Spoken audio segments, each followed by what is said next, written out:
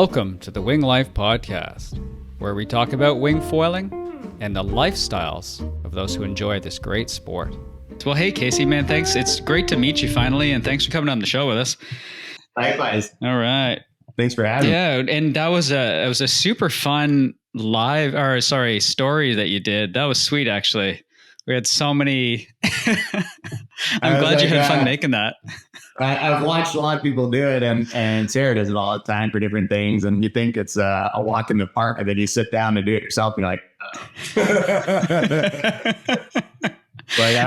it's quite a bit of work, eh?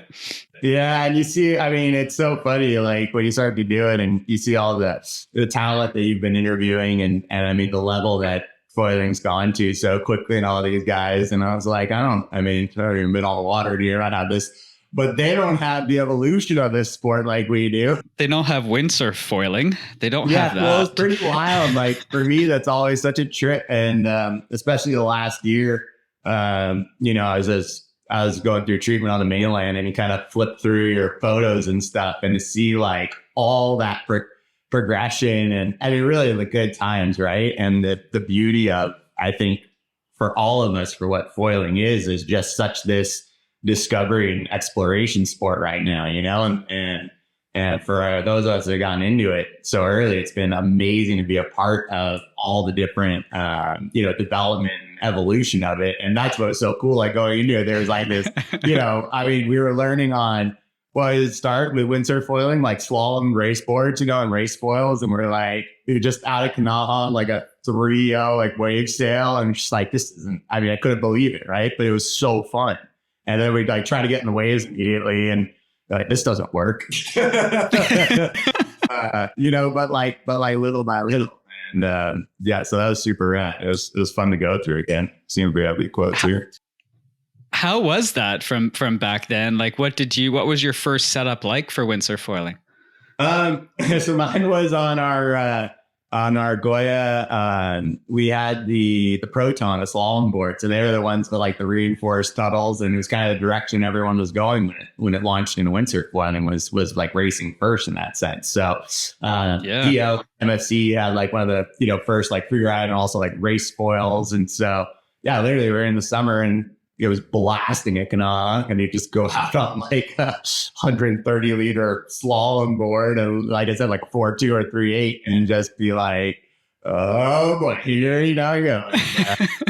The discovery was insane. And I mean, it's so funny now, like the foils are just so, close your eyes and the thing will take off, and you got a dance board below you, right? But those ones were just you're cheating in, trying to get up all this, you got come on, little guy, and then you like try to jibe, and it was like, I feel like I was learning it's that feeling of learning all over again. And you're just like absolutely horrified trying to convince yourself to go for a jibe. It's hard, eh? Like windsurf foil jibing was like scary for me. Like I could go in a straight line. Like I learned to do that first, but then as soon as I started to jibe, like there was all like, you could buckle and then have the mast fall on your feet, and like, oh man, it was scary. Yeah. All the like PTSD of like learning how to windsurf that we like blocked out was like immediately coming back. Like, I don't know how to do this again, And then I went back to Hood River for the trade show, actually, to go home, and my best friend Wyatt was there, and he was already working for Slingshot. And it was really those guys, like, because here, in Maui, it's still one of the last strongholds of really good windsurf conditions. And so in general, there wasn't this jump on the foiling like there was in all the other places, where when the conditions are less than ideal, foiling now just makes it so fun, right? And that's what we all love about it. And so that's true. So I'm talking to all my boys, and like they're all getting into it. Like Wyatt's like all of a sudden he's getting hired by Slingshot, and like and just exploding. And meanwhile, we like haven't even done it yet. So we were behind in that. We still have wave season, you know what I mean, and everything. Yeah. So then it came into the summer, and then I went to Hood, and Wyatt's like, blood, just take this, like, it was that Infinity like 84. That beast. Oh yeah, the beast. And you could just slow down to almost nothing and still be flying. You could like eke your way through. And I was like trying to figure out how to jive. And meanwhile, like Wyatt was already doing these like massive shove-its and huge back loops and like shockers that were so insane, like already that next level. And yeah, just really just, all of a sudden it was like we were, in the first years of windsurfing, like right out of high school or college, where all you want to do is go in the water like all the time and do different things again, and they're just so fun. And I came back to Maui after that, like in September, and yeah, it's just frothing because these guys were like, yeah, but I mean, the waves are coming and we got to do quad fin. We got 4-batt and sail. I'm like, yeah, it's great and stuff and all, but you need to try foiling. It's stuff good. And that's slowly how we evolved into it. They had already I hadn't really been part of the KT team yet. I had just switched over to ride for Goya and Quattro boards at the time. And so, but they had already, started down in development for the original drifter line of like surf foiling, right? And PO and MFC were like launching those first, with the hydrofoil company, those first real like high performance surf foils as well, like, coming off the Go foil. So it's kind of around that time, it just hadn't like bridged in. And that was kind of the serendipitous timing of all of a sudden starting to experiment a bit. And what we found was that windsurfing was still like this ultimate universal test of all the different styles, right? Like you could just go out with the sail and it was so easy to, and this was before winging yet, like there's a couple, right before that gap, but it was such a standard of being able to feel how a board would ride against the water, like your speed over ground to take off when you're in the air, so you could luff and then you can kind of surf a bit, but then you can, get the control again and you could sheet in on a reach and feel how it would trim out or check its upwind or try to do all this stuff. So you had so much more time in a run than you would just if you were surf foiling, right? And so there's so much more discovery to how they perform by being with the sail than anything else. And so that's where just still that windsurf foiling became such that crucial component into, the rest and everything. Of the development of it. Because we would go to the, we go to the harbor, we go to all these spots and like, you'd be sitting there waiting for a little wave to prone and try to pump around and figure it out. But you could just like do these runs back and forth, all the time. And so your time on foil is just exponentially higher. So it was kind of fun. That makes sense. Okay. So that's how it became a thing then. So that's how the evolution happened over there. At least, yeah, for me, you guys.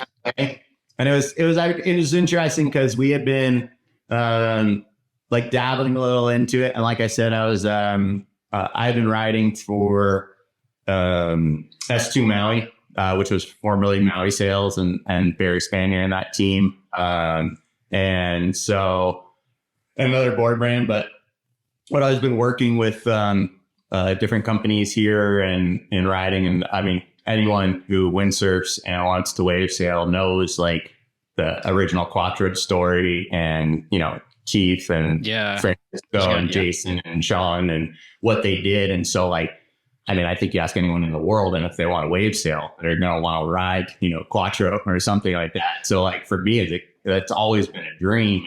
And it was around this that kind of door opened, right? Because we saw, I mean, this has always been about having people have fun on the water, right? Like we all know, and what we were talking about just before we started recording, like life isn't always pretty, and there's a lot of other things we need to be doing. And this is our one element to just find the release and have fun. And, it keeps us going in that way. And, for years, that I'm sure you felt the same way too. Like we changed our whole life around wanting to windsurf and finding good windsurf conditions, and you totally get that if you live in all these places where windsurfing used to be very large, but as the gear got more specified, we all know the story, it's harder and harder to go. Yeah. And so you can't blame anyone who's, working full time, has a family, and then they have like a couple afternoons off and they want to just do something. And it's, you're maybe pumping a 6.3 or like a 5.7 to try to freestyle, or you're on like a 7.5 twin can, it makes sense. Like it's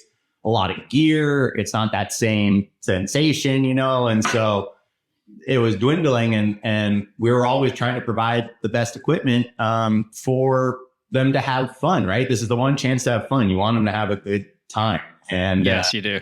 And that's where that foiling all of a sudden came in. You're like, okay, now if they have that time, the window of opportunity to have epic like time on the water just got way bigger, right? And that's what intrigued me to foiling right away. I was like, we're lucky. Like it wasn't that's fascinating. Yeah. It wasn't easy necessarily to like change everything and try to make a life on Maui, but we're lucky to be able to have done it and still be able to get good conditions. But even here now, unless it's like certain, I mean, for me, unless it's like 4 or 5 and head high, true.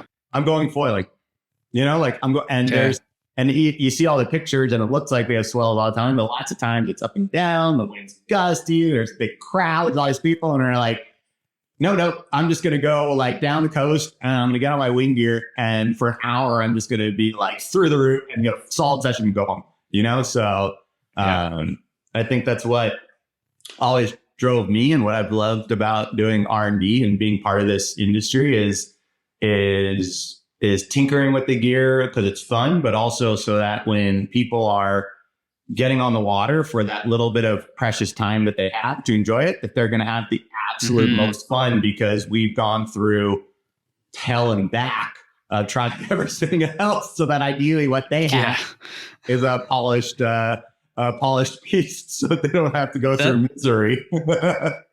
And that's the nice thing about connecting, I think, everybody to those that are working within the industry, because not a lot of people might know that kind of backstory about everything that goes into getting gear ready for them, right? And the passion, the dedication, and all the work. Because it's not like a lot of times like testing, which I've talked to a lot of people, like testing is difficult and not everybody's good at it, because there's so many different things. Like you can say, oh yeah, this feels great, or that feels great. But I said, no, like, what do you think would have to change? Like when I talked to Keith and Jason from your team there, they're like, it's a variety of different opinions. And sometimes they have to look at your face and then get to see whether you're sailing relaxed or happy or this, and then they can make changes. So they also have to listen to people like me just ramble and be like, can you give me something concrete? And they tell me, I don't know if they're being nice, but they tell me I'm one of the easier ones to figure out what to work on. Like, do they? So, maybe, yeah. They said we can avoid the ramble. Yeah. Like, I'm pretty sure every time Keith lets me go try a board or something, and then he's like, uh-oh, I know the text message of rambling is coming here to, but yeah. I don't know if I'm like wind this down, but you know, so like you said, it's very hard. And I think it is. I was just talking to this yesterday with Logan, who works for KT Surfing, and he's he was competing. He's actually in a water right now. Like, I'm sorry, I actually do have the pipe contest up below, because we got Maui boys like into the semis. Oh, now. nice, man. Yeah, for sure. Right. So if you just see the screen or something that way. That's fine. But you know, Logan's been testing a lot of the new surfboards, right? You watch him surf, and you're like, I would kill for this, right? And the confidence is right there. And he was just telling me yesterday, we were dropping off a bunch of sales at iTech and picking up some gear.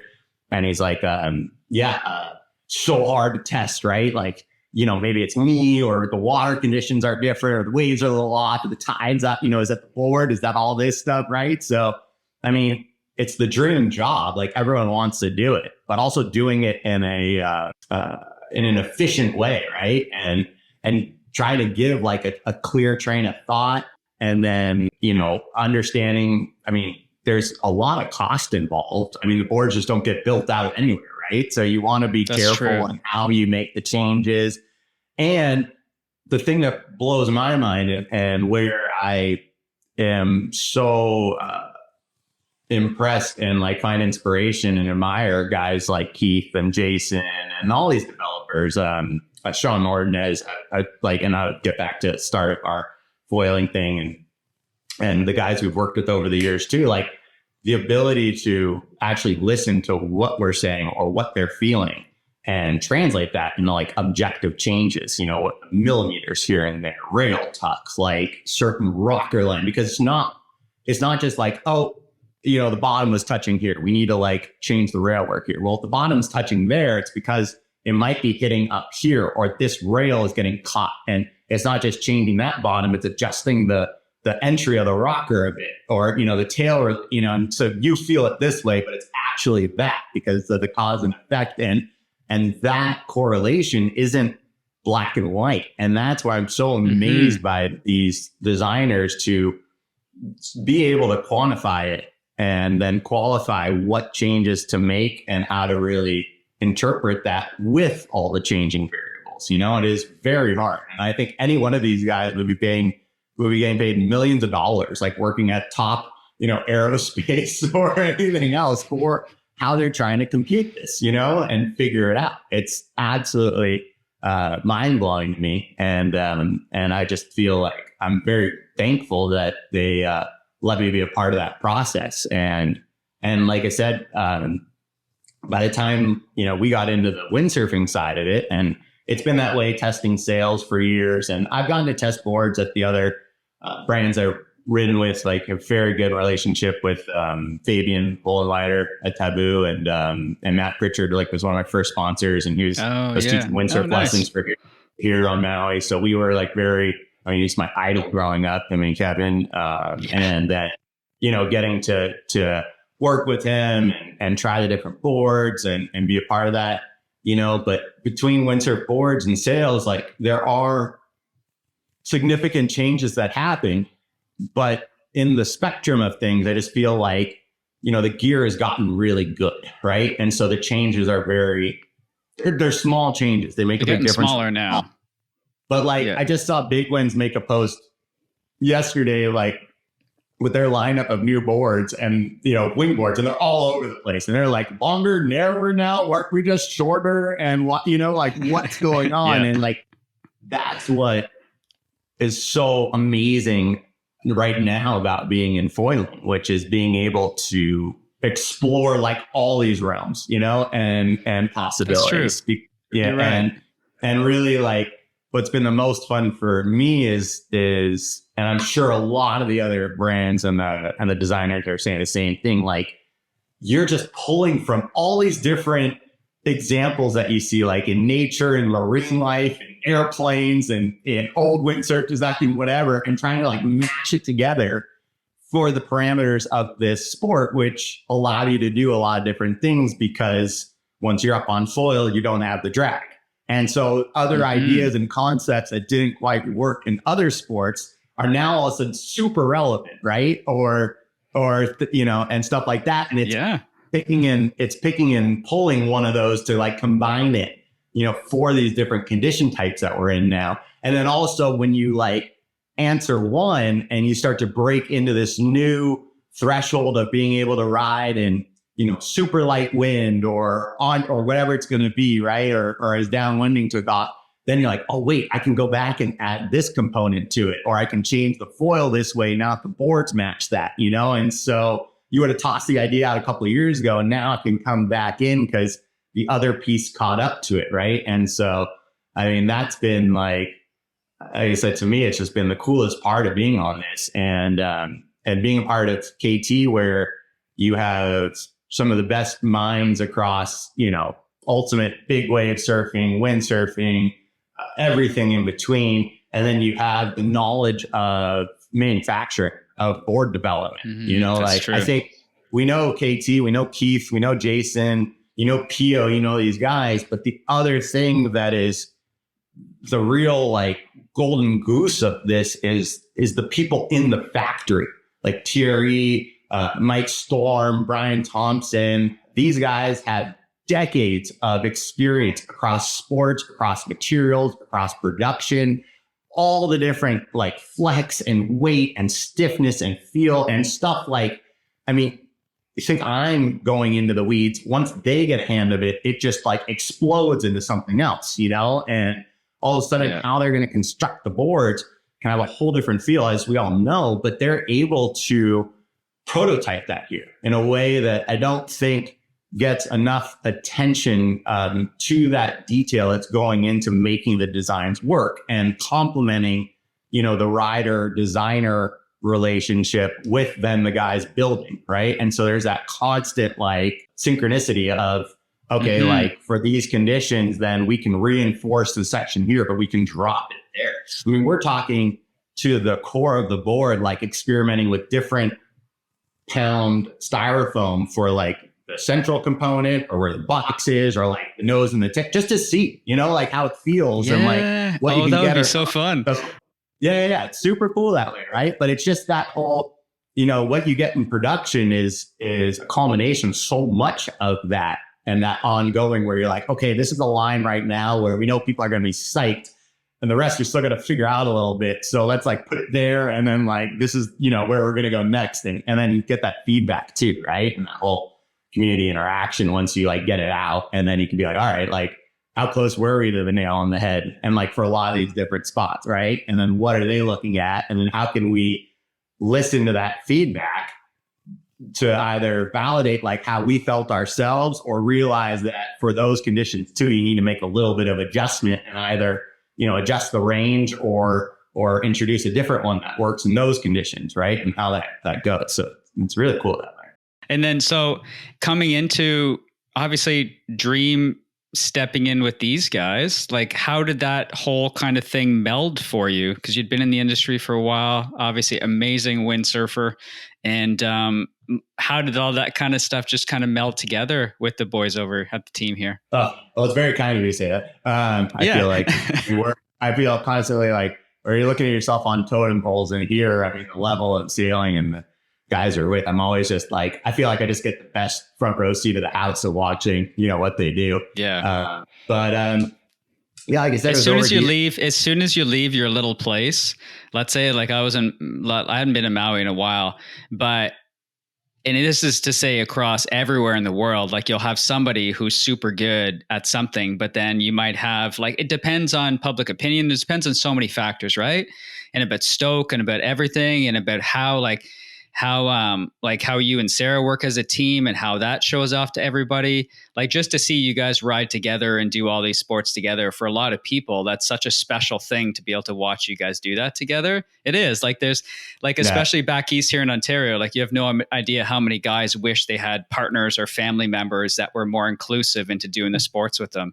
So you guys are an awesome example. Yeah. I do understand it because, and I really appreciate you saying that. And it's you know, sometimes we lose our ways as we get used to whatever our normal is. And especially after the things I went through last year. I can't imagine, man. Just to be back, because I was doing it back home and we'll talk about it, but I spend a lot of time like nostalgia phase of like growing up through high school and loving windsurfing and and wishing like more people would do it or like find girls that would understand it, you know, this stuff and stuff.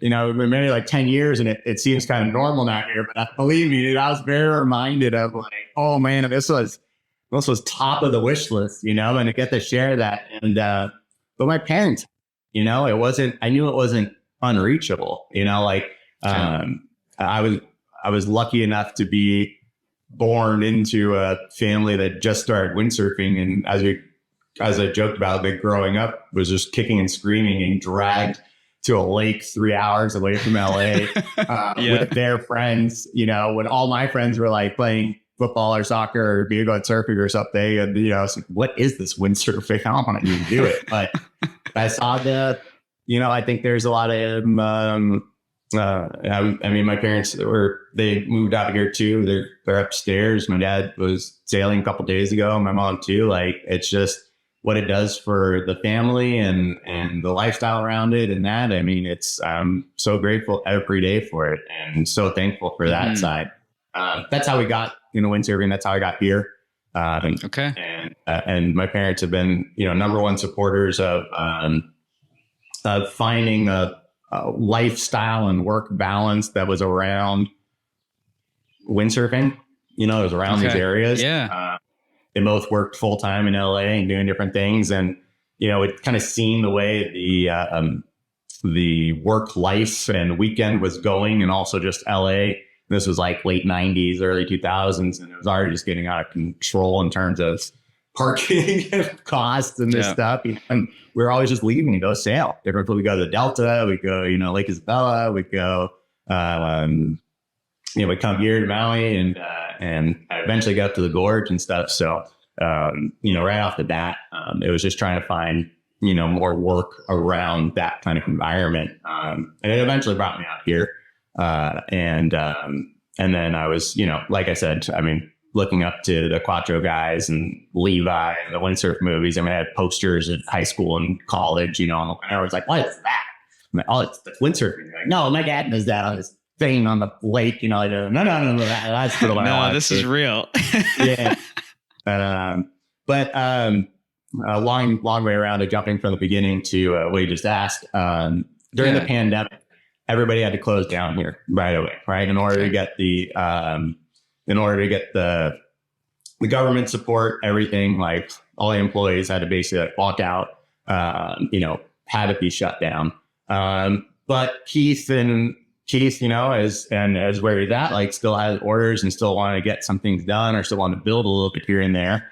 And because of my other job, I'm a sales director for a campaign finance company called Is Political. The president was a former windsurfer who was competing on a world tour. Mitch Gingrich, he invented a lot of freestyle moves, was there with like Jace and Webb and, Matt and all the Gorge guys, and competed everywhere. He offered me this job in 2017.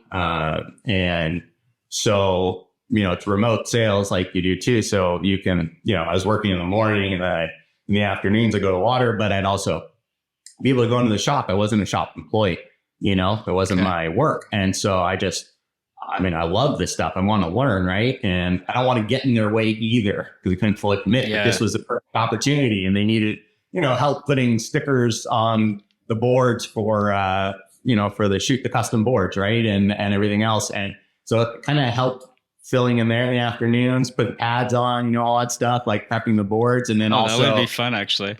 It was super fun. I mean, no idea, right? They send you like you see the wing drifter in the back, but also like starboard and the logo, right? And they send you a whole decal and you got to squirt down and line it up and squeegee it out and shit and get the pads. I mean, it's freaking a process. Let me tell you, they have a wire, right? But they're just getting me time, spend more time with Keith. That's awesome.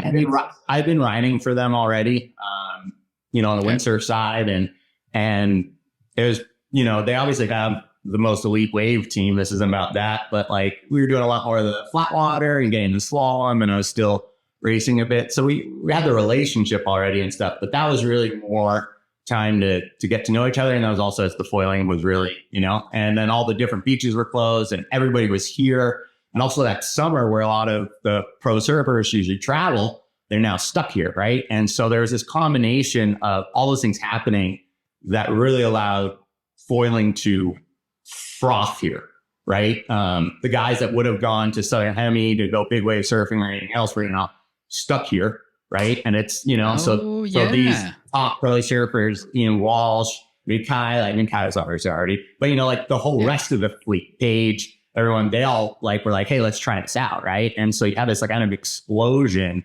And so we saw, the demand and realized again with the riders and the understanding of gear technology and the ability to manufacture, it was a natural fit to dive more into that. And then I'm like I said, I'm talking to Wyatt, Tyson, Brian, all the guys are now jobs are getting paid on the mainland for foiling, we weren't getting paid just to windsurf, and I'm like, guys, if they're getting paid to be brand managers, clearly there's a market here, but we need to dive in. Yes, it's growing. I became, I think, very annoying to them on the side. But, that's how I feel with, and then I said, and then you guys made this beauty.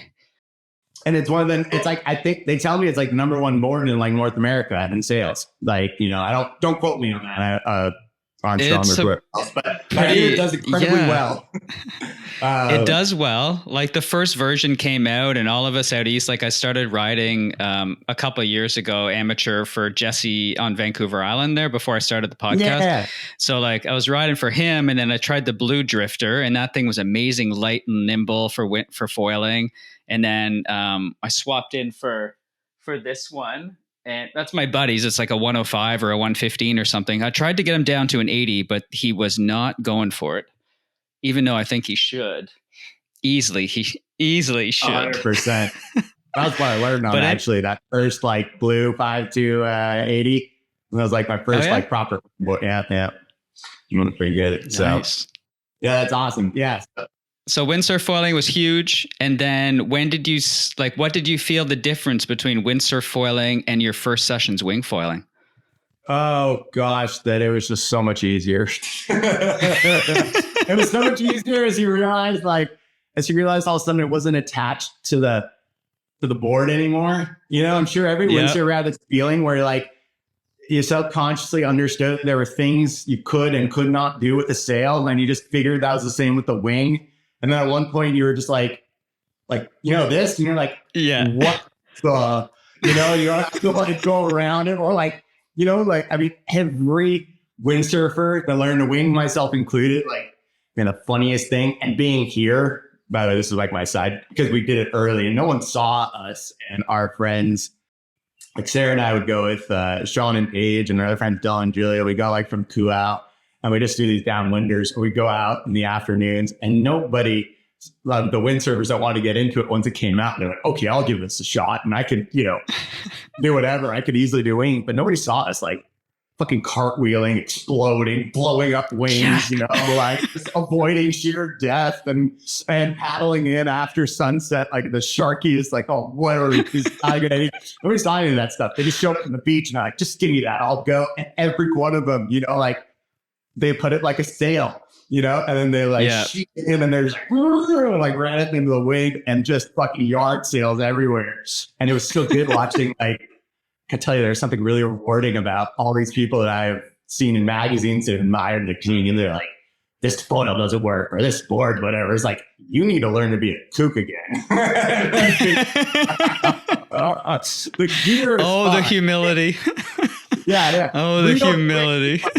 Real quick, you find people's characters. I'll tell you what, like my other one is like is seeing some of the top big wave athletes. Like this was like, we never saw this one coming. And Wyatt and Brian and these guys, they laughed at me all the time for it. But I'm like, I never thought, you know, like out there, we're downwinding. And there's, I remember one time with Ian Walsh, and I mean, his brothers, and they're pioneers of big wave paddle surfing. I mean, it doesn't get more critical in the water and understanding. He's like, Casey, how do I tack? And I'm like, he's asking me how to tack? Like, I didn't see this coming, you know?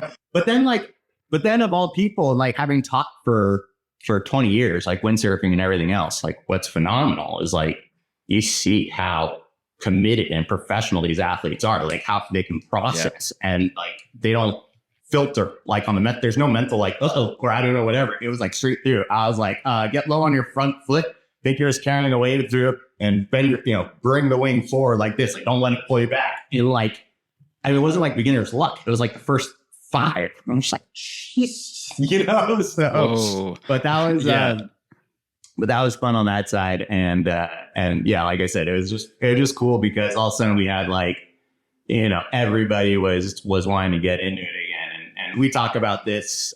You mentioned the big wave surfing and kind of that realm. And I think as wind sports, you know, and we've all looked up to like that other, you know, group, and I mean, it's incredible talent and dedication there. But, you know, we've always tried to bridge the gap between like, oh, we're wave sailing and oh, we're surfing and something, and foiling like had that unity, right? And it had that, there was a technical component and there was like a mutual level of respect for, and you could ride with each other and you're not in each other's way. And there's so much space out there, right? And you really enjoy just being on the water, and the sensations, no one can deny it. Like when you're winging or downwinding or just proning, that you've found that like perfect glassy wave. And it was so cool to see like what we were feeling, and these guys being like, man, this is the closest thing I have to like big wave riding in these downwinders. And so all of a sudden now I feel like after what they said, like when windsurfing first started and, you know, getting rocks thrown at them and tires cut and all this stuff and the other sports and everything else, like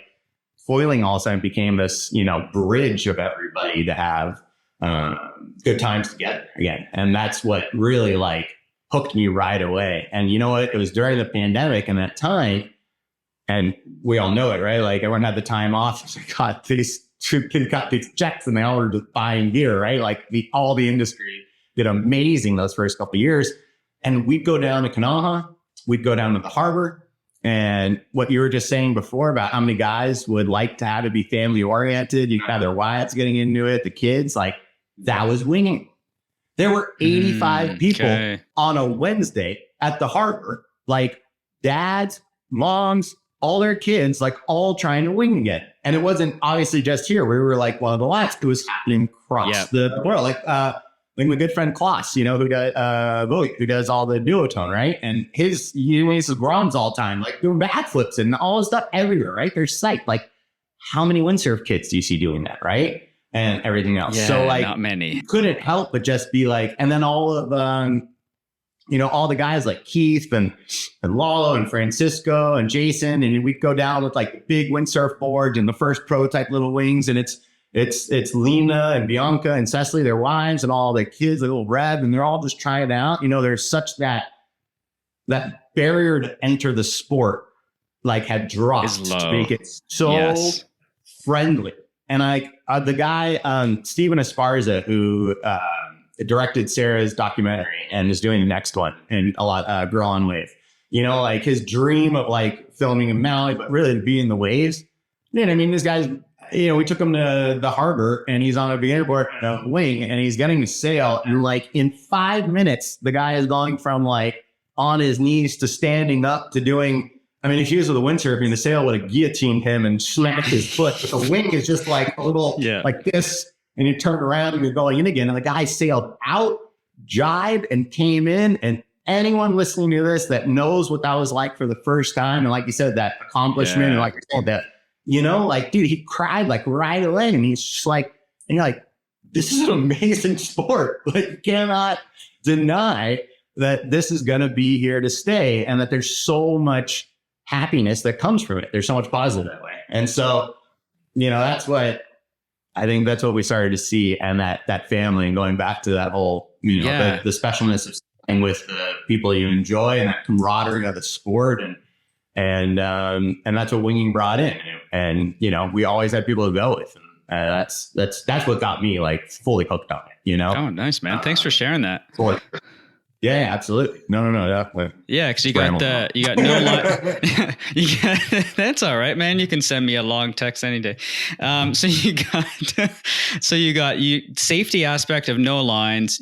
Like for me, when I started winging, like I was on a 3.7 windsurf foiling, and I wanted to turn more, and I was like the sail was getting in the way. So exactly what you're saying. As soon as you switch to like a 1 pound wing, you're like, all right. But yes, safety wise, and it's beautiful to see so many kids getting into it. And they're the ones that are excelling on tour. They're the ones that are pushing limits. They're the ones doing like what kind of tricks. Like I had Caden and Matt on the show super early because I went to Maui 10 years ago, and I think it was just after my accident. So after starting to before or just after or something. So it was like, I looked at other athletes who had been through a lot of trauma, because it was like, you guys made where I want to go. Right. So it's so cool to see Matt there still ripping at Ho'okipa with everything that he's gone through. If anybody doesn't know Matt Pritchard, look him up.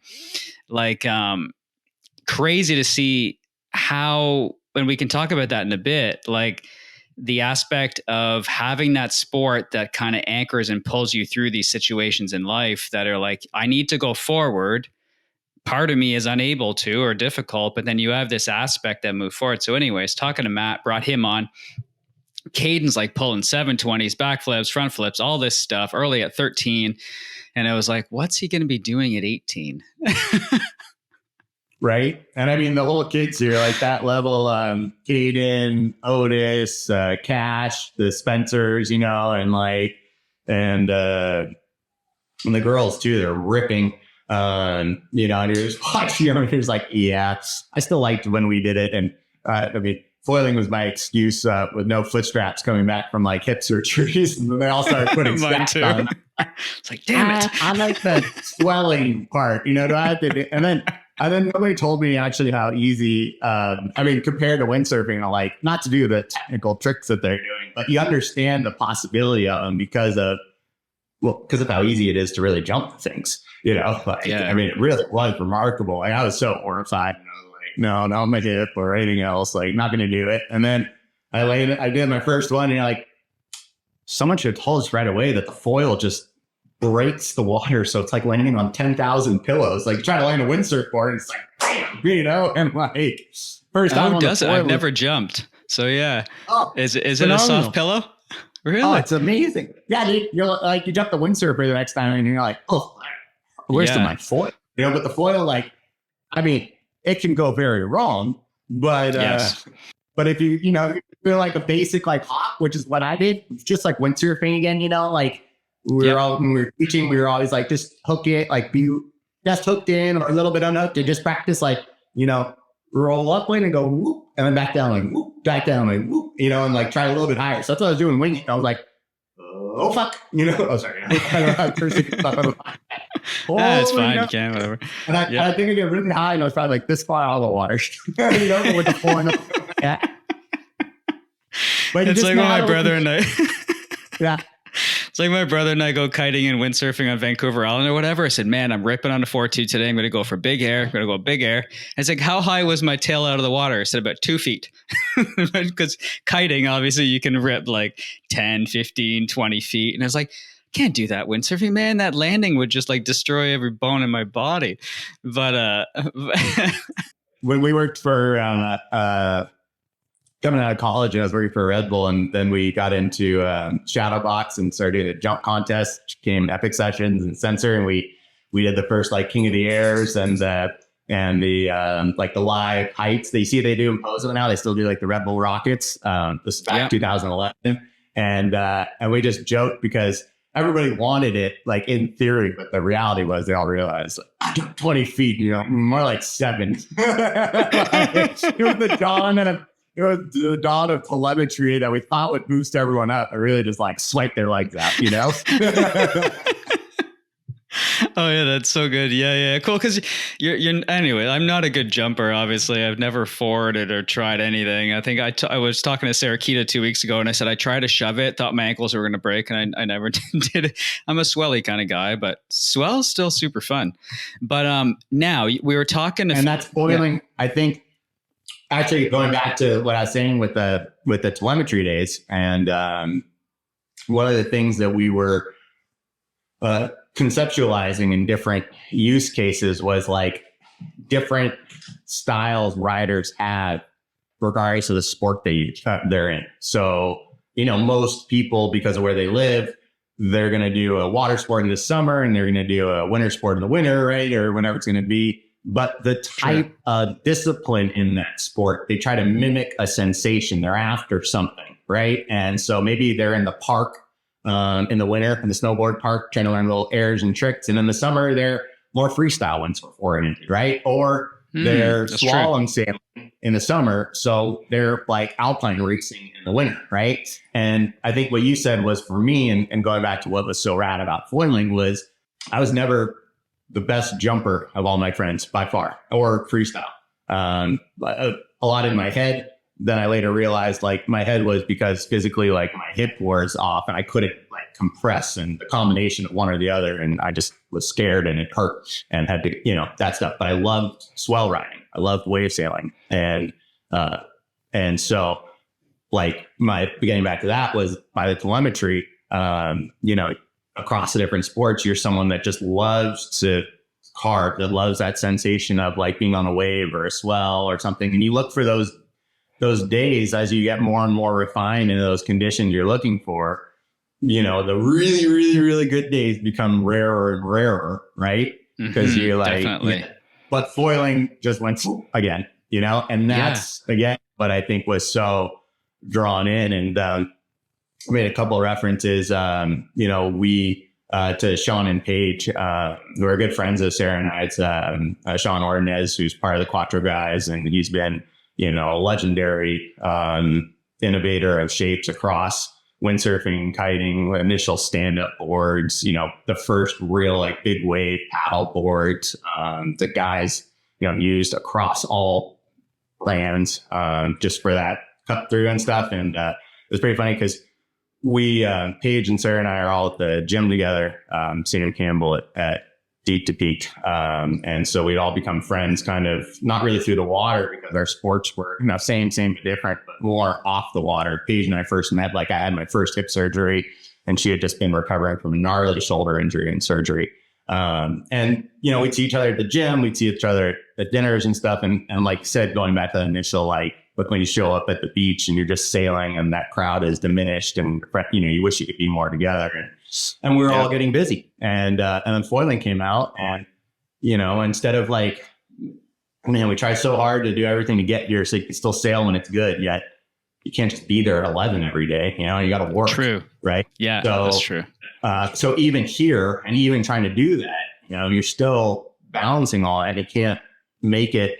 So we were all just like, okay, let's just go to the harbor at like 4:30, and it's like middle of winter and we'd be driving down like past everything. Didn't care about missing whatever it was during the day because we knew that we were going to get, an hour or two till sunset and just playing around and trying this. And so we had, and so that's kind of how like my foiling really evolved. This was before, awesome. Like going back to the slalom boards, and Sean had, he'd been, shaping some Brome boards. And then also he'd taken like the concept that I think we see more common today. The only other brand I saw doing it at the time was, JP. They did, their stand-up board. They had a foil and Tyson had one where the boxes were further forward because everybody else had the back of the box and like us. And so we were like riding these Windsor foils, which were predominantly free race or race oriented with the boxes in the back.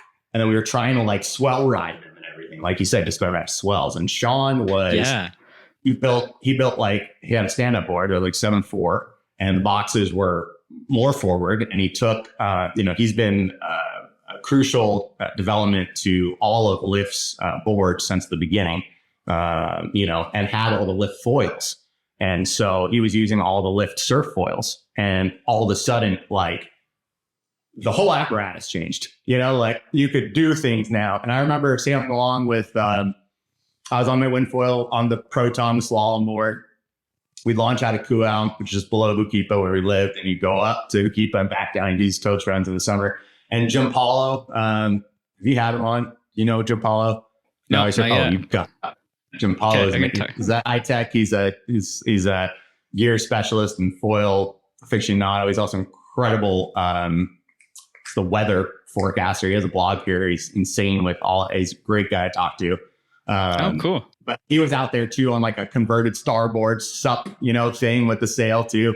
But Sean was just like, also trying to turn and wave to like set the sail getting in the way, like trying to figure all that out. And so for me, that was like really like some of that breakthrough and that fun was like, getting to ride with them, getting to have that like afternoon after work sessions and then that whole discovery. And then, like I said, I went back to the gorge for, I think it was like 6 weeks or something. And at that time, Keith had been working with Kai, like always, and they built, I had no idea. It was like, but they built like a 6 foot, 100-liter sup foil thingy, with a mast track. It was this attempt off a smaller wind foil to make something you could stand on and kind of maybe use for channel crossing that wasn't super, super long, right? Or, just something in between, right? And I tried it and they kind of went different directions, but that board stayed there when I got back, from the gorge, like in September. And, we were talking more and more. They had a board sitting there and no one was using it. And that became a board for like almost 3 years. It became like the benchmark. And what was so interesting about it was, at 6 feet and 100 liters, I could paddle it to subfoil. Again, like I've had my hip issue, so it's hard for me to pop up surfing. So I would stick with the bigger board and stand up paddle it. But have the mast track so you could windsurf foil it, Okay. And then first time winging, oh my God, I think it's taking me like 20 minutes to get to your question about what was it like the first time. I thought it would take like 35. My rambling is getting better here.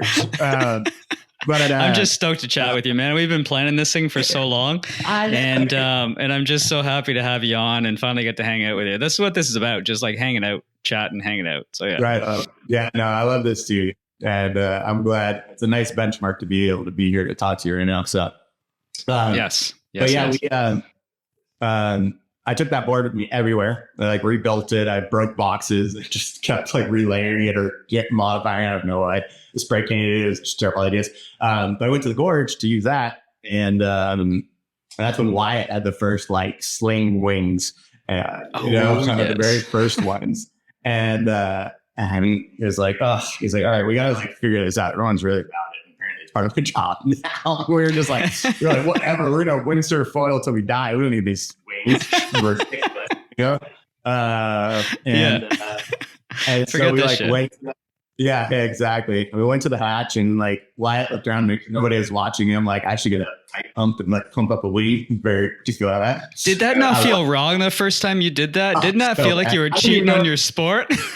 Well, and the thing too, like I had to go buy a pump and like walk in there like, well, do you want single action or double action? I was like, I have no idea what you're talking about. I want to go like this and I want that thing to go poof. And I don't know, dude, they're like, what attachment is it? I was like, attachment? Like, oh, yeah, you got the little narrow pointy thing, you got the screw on one, I was like, oh my God, like, yeah. We're kiters. It felt like I was cheating on my. Yeah, it was bad. It was just like, I'm not supposed to be doing this. But anyways, I swear my phone somewhere. I have a video like trying to like drop phone like, what are you doing down there? And you tell them where to go, like just But yeah, I remember the thing about it and that board. So I had that board and Wyatt gave me slingshot, like it's the 84 and the one below it, the Infinity. Those things they were so far ahead of their time, like for their all roundness and their range and the way I loved how you could switch the fuse so that for sup you could push the wing forward so the board worked super well, and for wind you'd swim it and bring it back. Like they were. Yeah, I learned on that kit. They were so far ahead of their time for the compatibility and the diversity of different disciplines of foiling with the same setup, and just being built heavier is my best way of putting it. They'd also like last, like they could endure it. When we took those first lift foils and we were telling them, they had to reinforce the masts because they were working for everything until they sheeted the sail. And they were like, no, that's not going to happen. I mean, this was 6 years ago for anyone. They're phenomenal. That's all right. So, yeah, it's nice to hear.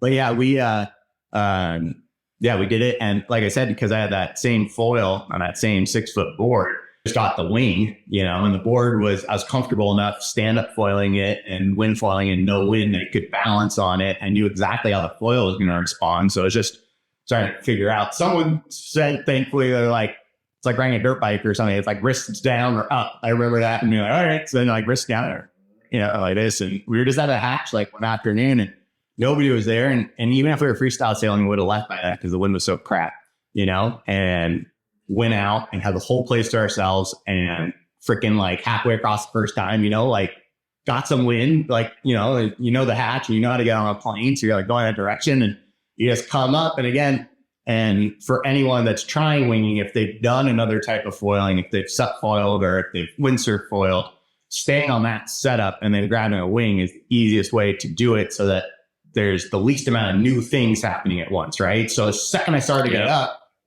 all I could think about was the wing. Like I could glide that foil. I knew it with my eyes closed. And so it allowed, like just cruising again. And then like you said about the windsurf drive and how scary it was, you're like, start to sheet in like this and you just blow up the first one.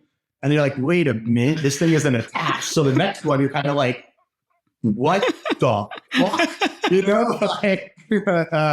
And that was it. And we had this Wyatt drone video. It was freaking hilarious. Sarah recommended we did like a Braveheart theme song to it. It's on Facebook.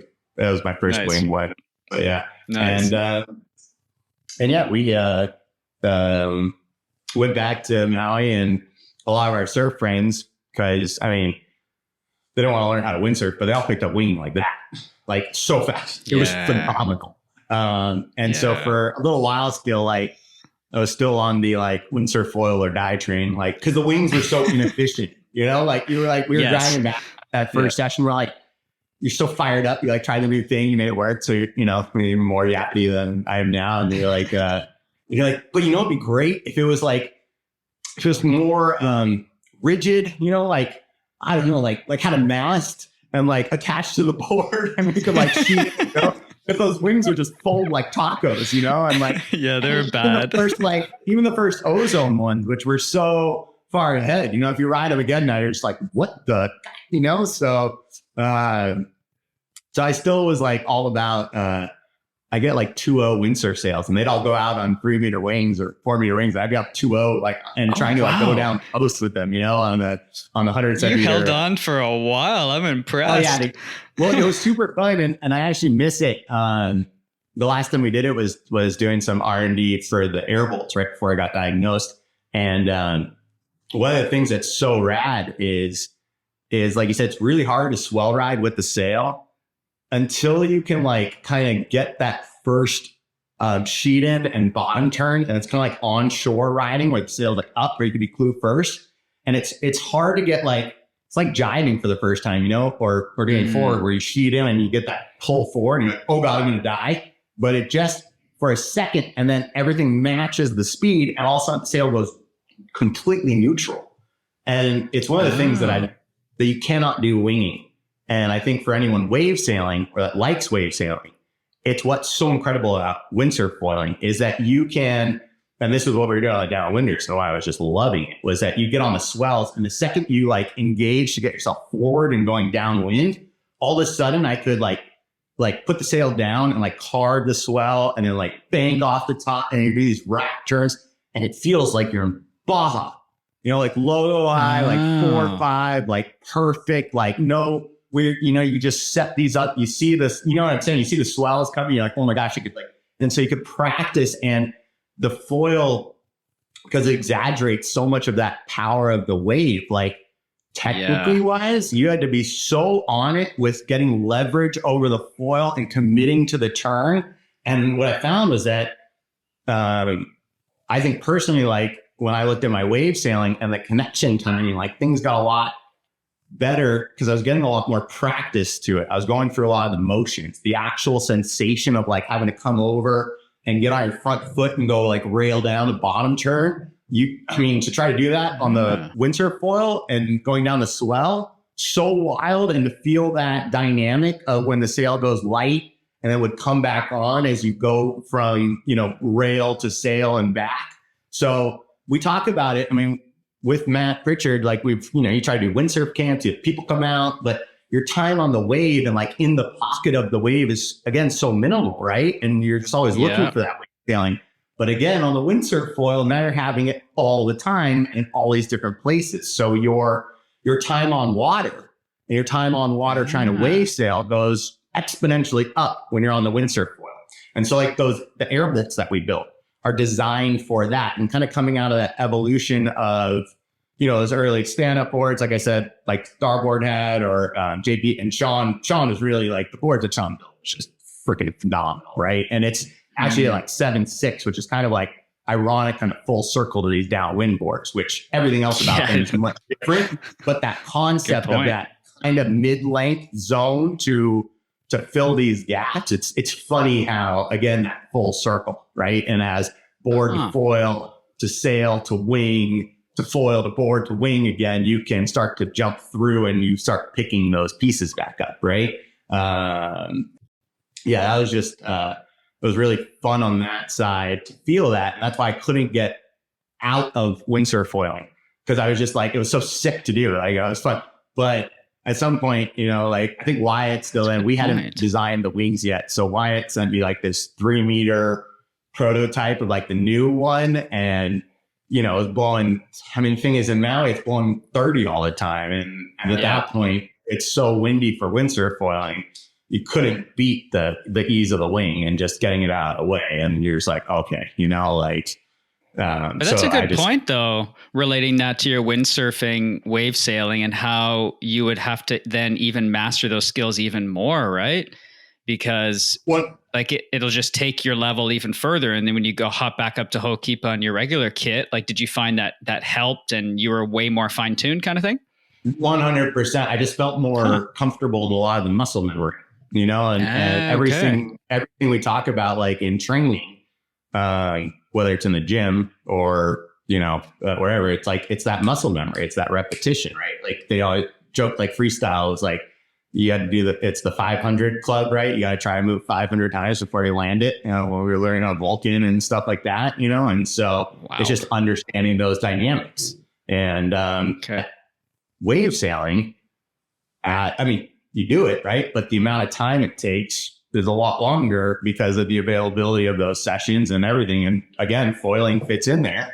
You can go out, and a lot of times where it's not ideal for wave sailing, and you're getting that practice. And not only getting that practice, but I mean, it's as good as conditions get, you know. It's glassy, it's like full power, you know, like you look back at the actual wave of breaking, and it's like, you know, it's not very big, it's all wind blown and all across place and choppy. You are just like holding on for dear life, like you're on some logo high, like glassy, like like put the breath to like, whoa boy, like here we go, you know. So and you're on like a little. That's funny how you get that feeling, eh? Because I noticed that like this year at Sandbanks on Lake Ontario, I finally got, it was maybe overhead 6-7 foot stuff. And then you're coming down on the foil, and it feels massive. It's not, but it feels massive. And the speed, and you're like, okay, I did 3 turns on that. And I was like, no, son, you went straight. You just went right down that bomb. And it's crazy how that feeling is. Do you have any kind of explanation as to why the foil makes you feel like that? I mean, I no, not from like a level of expert of like a hydrodynamic, you know, but it's just interesting. And I think, you know, not to get too woo-woo on everything, but the connection of the energy and all the waves around us, right? And we talk about, and again, with my leukemia experience last year, is something that comes up a lot, and the people we meet and the connections we have and through these sports and that stuff. And I find foiling has a way of doing that, like directly to the source of energy of the waves that we like. There's a deeper, you know, what we get in a wave that breaks and what's happening just behind it and below it. There's such an amplitude of that. And that's what the foiling allows you to like click into, you know, and when you sink in with that, you feel like a different connection, you know, to everything. Like you're in rhythm, you're vibing at the same frequency. And I think that's what's so addicting about our sports in general, but it's harder to find that synchronicity. But with foiling, you can get it right away, and it doesn't need to be a lot, just the littlest bit, and you can like lock into that and be cruising, you know. And that's what's so appealing to it too, is that whole, there's such a natural ease to it when you get into the flow of foiling, because there's no drag, you know, the wind goes away, the water drag goes away, and you're just, and it's so, I mean, still with the wing and it's flaps and it's sailing, it's there, right? But when you do the downwinding, and that's what really got me into the whole downwind program. Yeah. How was that to start off in that?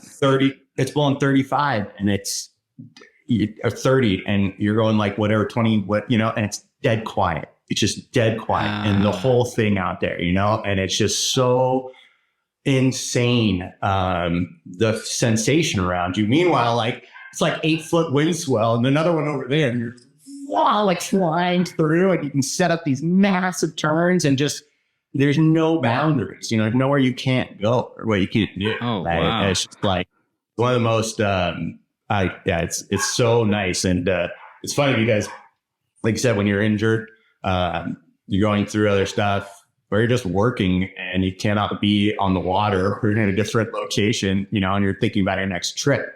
Like you start to picture those perfect days, like what you live for, right? Yeah. Oh, I just want like 4-7 session or whatever it's going to be, you know?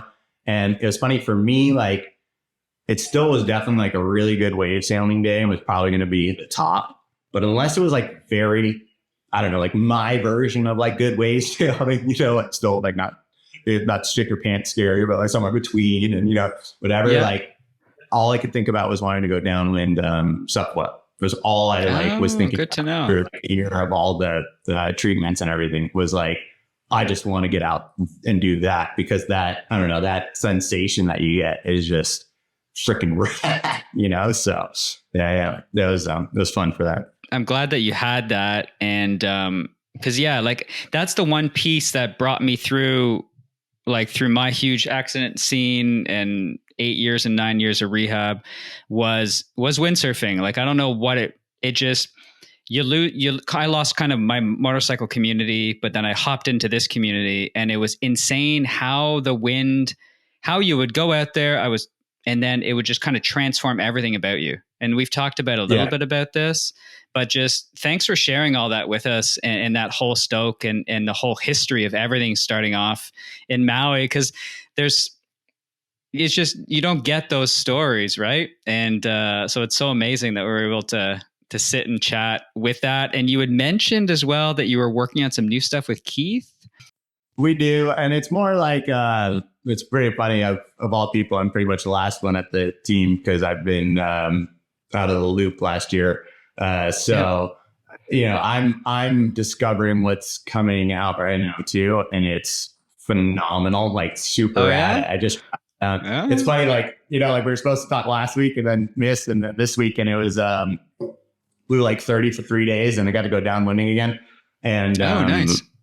And so I got to try like one of the prototype foils that Kane has been working on with us in the KT team. And it was like an 830 front wing. And I was riding the Lift 170 for all my downwinding. And I was like, man, I mean, we're talking like 6 months post bone marrow transplant. I can barely, I don't know if it's a good idea. He's like, oh, bro, it lifts so quick. You're going to be fine. Don't worry about it. I'm like, yeah, okay. Yeah, I was painting all like it. And my Apple Watch says I swam for about 3 miles, which is true. But I also, just battling around trying to like finally, but I also had some of like the most crazy, glides I've ever had. And like, it was just a matter of like, cool.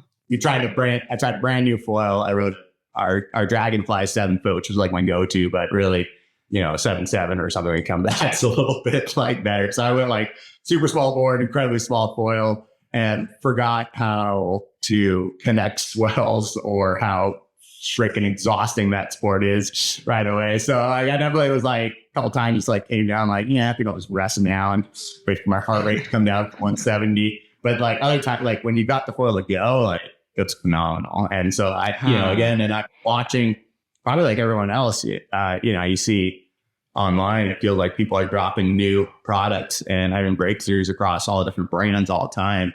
And, just that shift to smaller foils with a lot more lift, so that once you're up, you have much less drag at higher top speeds. But it's a hard switch to make, because going back to the RNG thing you said is like, you never want to go on a foil too small and just sit there and slog and not get going. Right? So foil too small, board too small, wing too small, but mainly the foil too small is a tough one.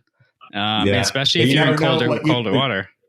But you never know what you can get to until you try it. Right? That's true. And so you're all, that's true. Yeah.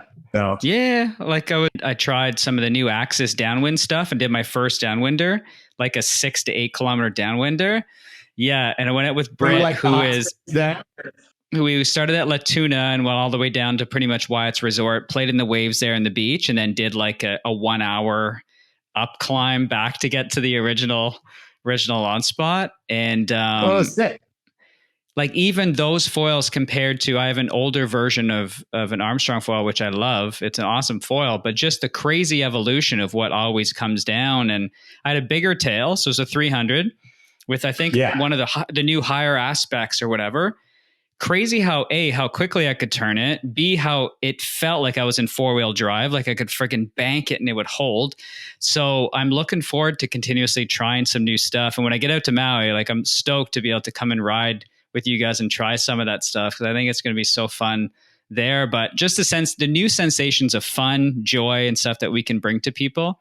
And it's super awesome to connect with people who have who have given so much of their lives and been so integrated with it like you. So anyways, I just want to say thanks for taking the time and stuff. Yeah. Oh, dude. Yeah, no, I love this. And like I said, and continuing on, if people have like more questions about the R&D or also just like tips and tricks, like to learning stuff. I mean, I'd love to continue that side of it for us to share that. And like I said, I think it really boils down to people's time, right? And trying to get them to maximize the most enjoyment out of it. So any ways that we can help, get it to when you do have that precious bit of time to go for yourself and do something that there are people to help, like with the trials and tribulations and tips here, and that's the joy of doing it for that side. But yeah, it's been a blast. I mean, I think that's funny. I think back to like, I remember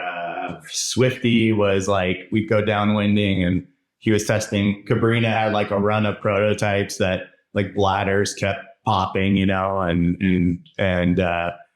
you'd just be like out on the outside, the outer stretch, like paddling in, people don't realize, like, I mean, the R&D is great and everyone's broken down or something, but like when you do it, because you're just trying to figure out what works or what doesn't, or like say took a too small of foil, or the amount of times I've been out there with an Allen key on the way outside. I'm sure everyone else has too. Just like, oh God, don't think about it. Don't lose the key. Oh Jesus, we're trying this or that. It's so wild. And I remember like we had one of the other first boards Keith made, and it's so funny.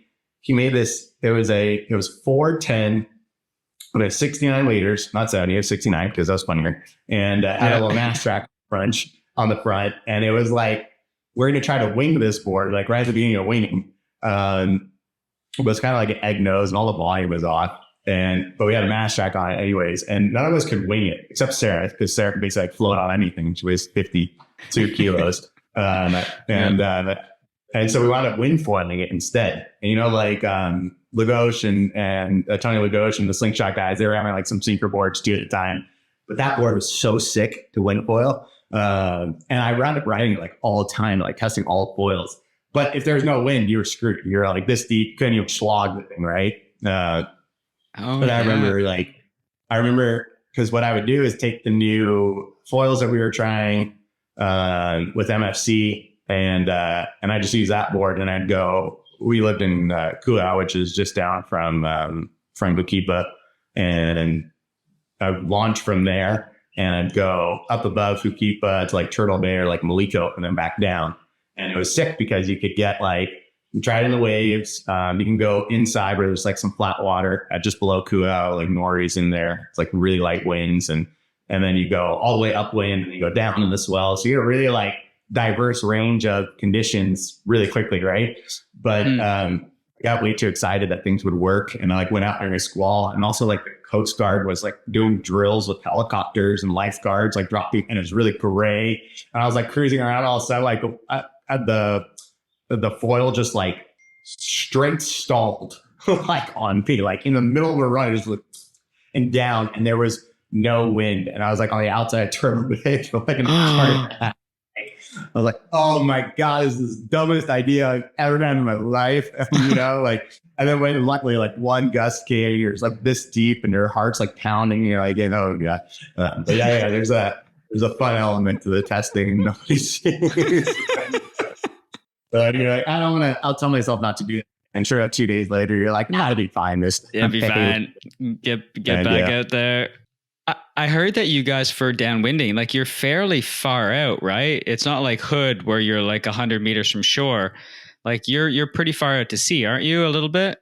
Just yesterday, when it gets really east here, it's like the Maui coastline. If you're like, let's say the ocean's out here and it got like Hana, like way up here and like Kalalui down here. So you're coming downwind, like down the coast. And so at Maliko to the coast, it doesn't just go straight down. It also curves in, right? If you look at the map. So you've already got like, when you're doing the Maliko run, for example, like once you get to, I don't know, even Paia, the coast starts to cut in, and then definitely like right around Sprex, and then in Cane of One, and then in Kanawha, it really cuts in Kalalui Harbor. And so already, if you just straight lined it, you're positioning yourself further out. Plus, you have the reef that you want to be outside of. But then the predominant wind is actually like a little side off. And that easterly, it's weird because we'll have a lot of days that we can wave sail in Kipa where it's windy enough to wave sail in Kipa. Because if you think about coming down the coast, it's sticking further out. And the east winds that are offshore will hit there. But if you come down the coast and Kanaha goes in, the winds won't fill back in or they won't come over at that point. And so it'll be glassy. And like my dad can't sail at Kanaha on anything. And we're still slogging around on 4.5 or 4.7 up at Ukipa catching waves, right? That different of wind. And so that's what happens when they do the downwinders is that you have to stay so far outside as you're coming down the coast. The line you take ends up going around and wide to stay in that wind. Oh boy! So even yesterday I would do a look to sail, and it was like really gusty on the inside. You could just see like streaks because it was really offshore, like oily spots and then like gusts here and there. And on the inside, we weren't even like white caps really, right? There was enough wind that you could plane. It was that inconsistent, but right on the outside, there were still guys like downwind subfoiling. They were just out with the whales. You could see it. And then you look upwind towards Malika and you look down the coast and you could see it's just there's no wind down there. You have to go so far out. So they were ballsy. Oh, wow. Not like that. I'm winning right now. Yeah. But they're doing it they're doing it all the time here. It's absolutely phenomenal. Seeing the clips online. Those guys that are like Kane and Gabby's girlfriend too, and Jeremy and Dave.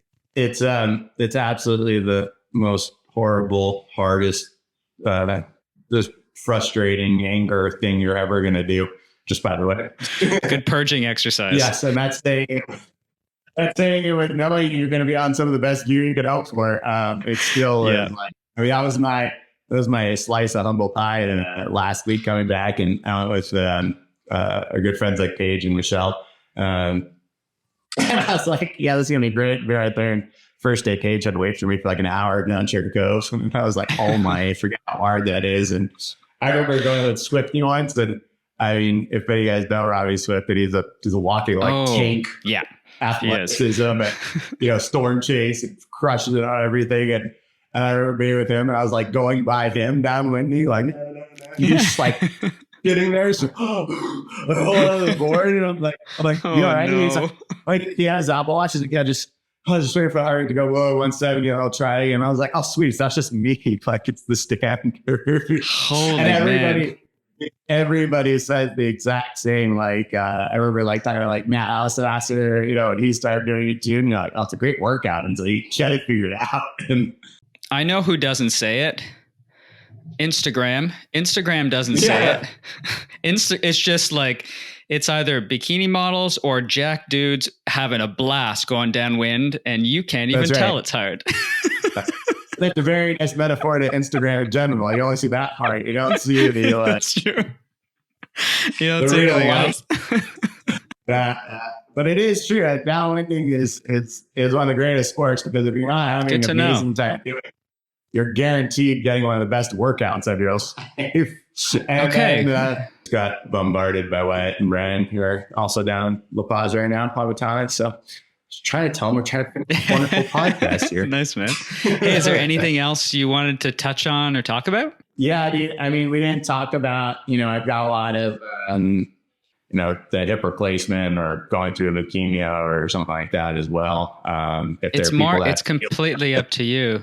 I didn't want to just I didn't want to bring it up. I don't need to go down that road, but also if you wanted to piece it in or not, I don't want to not talk about it if it's, and I say it too, because my hope would be, and I think since, we started doing it, everyone has a personal part in this or their ego, and they getting the feedback and the support helps a lot. But it was also to share with people, you can actually go through these experiences, right? And I think you said it yourself through your injury.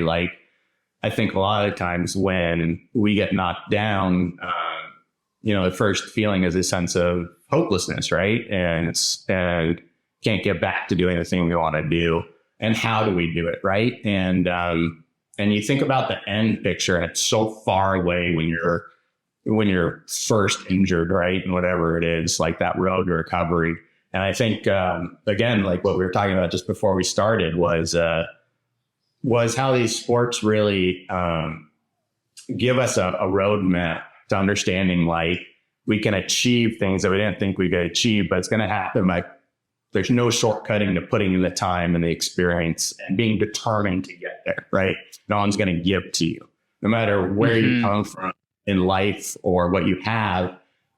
When you get onto the water, regardless of whatever that opportunity was for you to get there, but once you're on the water, only you can like figure out how to, uphaul or water start or get on the foil for the first time, right? And it's hard. It's frustrating. It's scary. It's all the different, not just the sport, but the element you put yourself into, the time you start to realize everything else. Like, there's a lot of factors that go into being able to achieve those things. And I think by doing that, it helps set you up for when you have these other injuries, like you have training in a way of focusing and aligning that stuff so you can be determined and get through it. And so, yeah, for me, that was like my hips at first. I didn't know. I mean, we had been, I never surfed very well, like popping up, but I also wasn't doing a lot of other sports or like stretching a lot in high school. Like, I had no idea. And then went through college. I would just sail here and there. And then when I graduated, I went up to the gorge, and all the guys like Tyson, Witt, Rob, Wyatt, Nick, Brian, and, I became best friends with, but they were just on the top level of freestyle and everything, right? It's so good. And I was just trying to learn, and man, I was just scared and crashing, and I'd be like hobbling around a little bit, but you just figured it's part of the learning process. Come on, 1 foot strap, do splits. And then it wasn't until almost 5-6 years later, one of our really good windsurf friends, Jeff Albright, who's an orthopedic surgeon too, was like, we were down in Baja in San Carlos, and one morning, Casey, you might want to get your hip checked out. Like, you might have like an impingement on it or something. Sure enough, it was like a bone spur. And so I couldn't, you're like, I'm sure a lot of people have this. It's much more common now. Yeah, my brother has that on his right hip. Yeah, it's out a little bit more. So certain squats and stuff, you can go in for surgery, but yeah. Yeah, and I've had 3 now surgeries for it. So that's 100% right. Most of the time I can go in and sand it down. And what happens is, like, because a perfect ball in the socket, the bone spur like rips the labrum first, which is like, it's like the O-ring of a vent plug, right? Your gasket there. And so once it rips it like breaks the seal, and it's hard to like suck and keep it in. And then it starts to tear apart the cartilage and everything else. And so by the time I realized what it was, and we did the first surgery, a couple of years later, like the bone spur came back. And so they did a second one where they actually like took part of the IT band and recreated the labrum that was missing. And then they took like a cartilage. They took an IT band, a cadaver, in surgery. They discovered like part of the capsule and like put that on to try to recreate it, and that didn't work. Wow. So a couple of years after that, and this was 2022, did a full hip replacement. And that was just, right away, like amazing. Hip replacements, if anyone has hip problems and they're going through this stuff, definitely if you have the impingement, first off, roll, like do rehab. Like the differences are insane. And most of the stuff can be done with very little maintenance, like really little maintenance, but just basic activation and mobilization, like getting a roller, getting a ball, doing like loop bridges, little things like that. My wife, Sarah, she runs NC6 training. That's her sale number from Nick Caledonia. She trains Brazilian Swifty, Keith, like a lot of the guys here on Maui. And she's had online programs for years, and she's got a lot of these training routines, and a lot of that will take care of a lot of shoulder, a lot of knee, a lot of basic hip stuff. And no one should go into the surgery approach or anything else without at least trying to do, seriously, like 15 minutes of rolling like 3 times a week. Do that and then do it like 4, and then, you start to go down this road and get x-rays and stuff. But if the first impingement surgery doesn't work, then the replacements now are just insane. And they do them in a way like mine was done, where when they take your if anyone doesn't know, you like cut off the femur, the top of the ball, and then they drill a rod into your femur. And then normally it would just have like the ice pick with the ball. And then on your pelvic side, they plate it. And you're basically just grinding it down until it's done. And then they have to like cut you again and reinsert for the double replacement, right? And then eventually it just gets brittle as you're like older and aged out.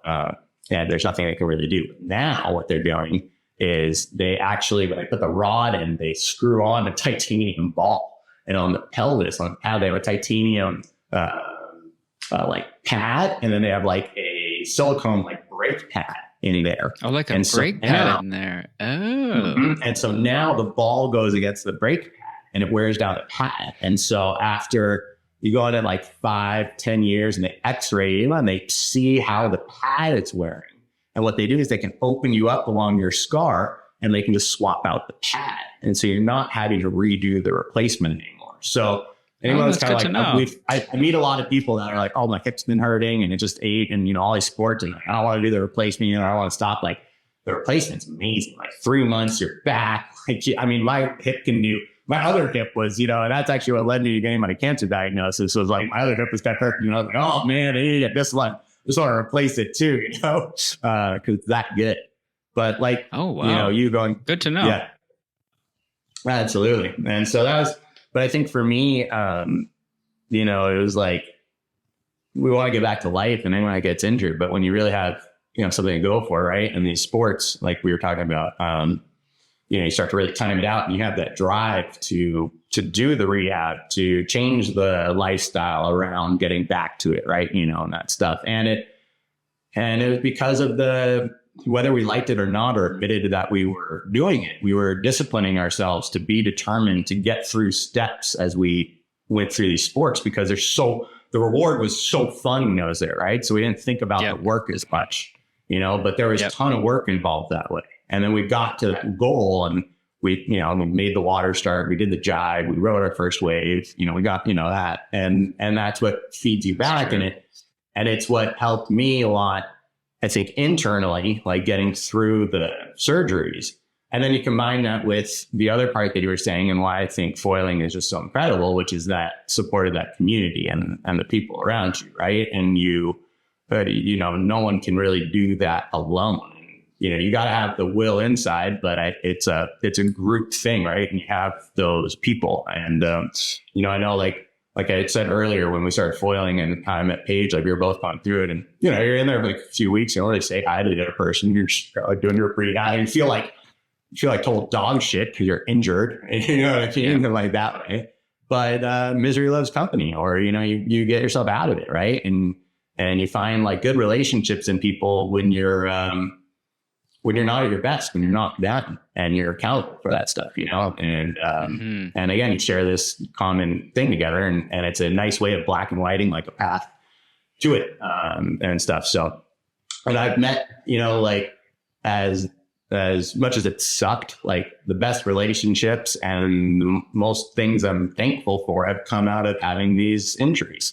Right? PT is one of our closest friends, like Sam at the gym, like all of those people there. And it's translated over into, you know, making Maui like a home for us, really. Because I mean, it was a Howley from LA, like wasn't a windsurfer, it wasn't exactly, you know, like, and everyone deals with the same thing there. And then and Sarah too. Like when we first started dating, she just idolized that Paige, right? Big jaws, big wave, female surfer. Like that was her goal. She never sailed jaws yet, and Sam Campbell, her husband's a windsurfer, and Dad Campbell and Sam windsurfs too. Like, so Brian introduced me because he was doing R&D with Peter Beal and Neil Pride at the time. They test there and stuff. And so I was like, oh, I know Sam, you know. That's how we started dating this era. I was like, I can introduce, she's supposed to be Paige. Like, I don't know, maybe that, you know, like, can't believe how lucky we are, right? That's how she'll go out with me. But yeah, no, it was just like, for that whole time and through those real low points and you end up being there for people and like it's come through in all this. And I mentioned Dylan. I said Dylan and Julia. It's Dylan Fish and Julian Mancuso.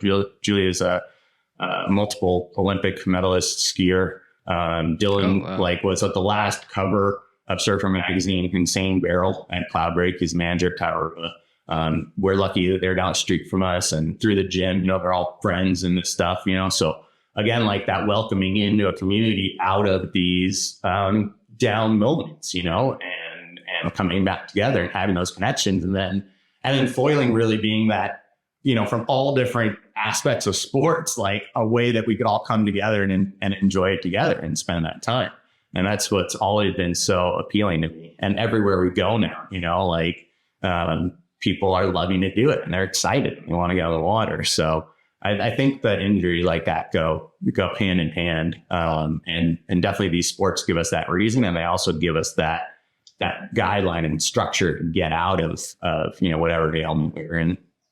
Well, it saved my life. I had lost my community that I had, and then you lose your company, you lose friends, girlfriends, and then you're rehabbing. And I was fortunate enough to have a right hemisphere brain experience. So my talking side of my brain slowed down.